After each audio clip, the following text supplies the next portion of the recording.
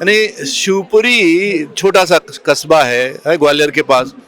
वहाँ के एक स्कूल का बच्चा अपने दोस्त से हिंदी में बात कर रहा था। उस वक्त टीचर नहीं था क्लास में, क्या अपराध कर रहा था, पर वो जब टीचर आते हैं उसको हिंदी बोलते पकड़ा जाता है, जैसे चोरी पकड़ते ना, जेब कतरे पकड़ते हैं।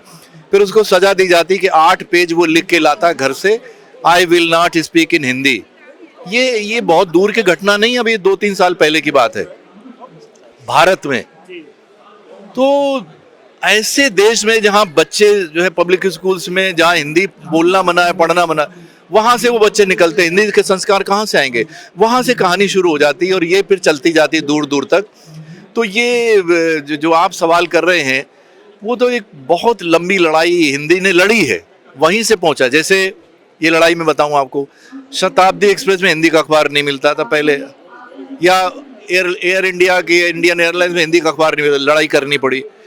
पीएचडी नहीं कर सकते थे आप हिंदी में, हाई कोर्ट तक गए, वेद प्रताप वैदिक, वहां से लड़ाई करी। हिंदी का शोध अंग्रेजी में लिखा जाता था शुरू में, किसने? फादर कामिल बुल्केन ने उसके लिए संघर्ष किया। वो भारत के पहले व्यक्ति बने जो बेल्जियम से आए, हालांकि वहां से आए थे दूसरे देश से, जिन्होंने हिंदी में शोध प्रबंध करके डिग्री हासिल की। तो हिंदी ने बड़ी इस तरह से लड़ाइयां लड़ते लड़ते आज हम यहाँ तक पहुंचे हैं। और वो जागरूकता कब आएगी भगवान जाने। दुनिया में ऐसा कहीं नहीं है, दुनिया का कोई समृद्ध विकसित देश आप उठा के देख लीजिए, सबके पास अपनी भाषा है। अगर हम इसी तरह बने रहे तो विकसित देश बनने में बहुत कष्ट होगा। ये नारेबाजी की बात अलग है, नहीं बन सकते आप। क्यों? उसका कारण बताता हूँ।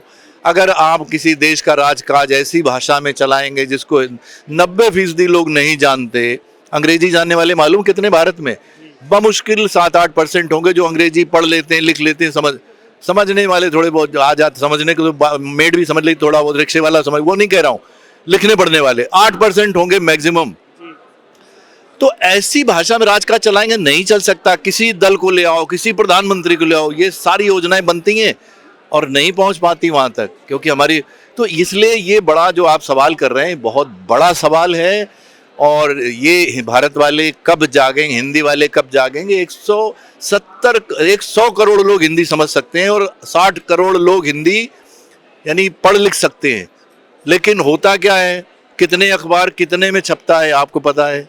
किताबें कितनी छपती हैं? 300 छपती हैं, 500 छपती हैं। तो ये बहुत लंबी लड़ाई है, हिंदी को लड़नी है। कब तक ये संपन्न होगी पता नहीं।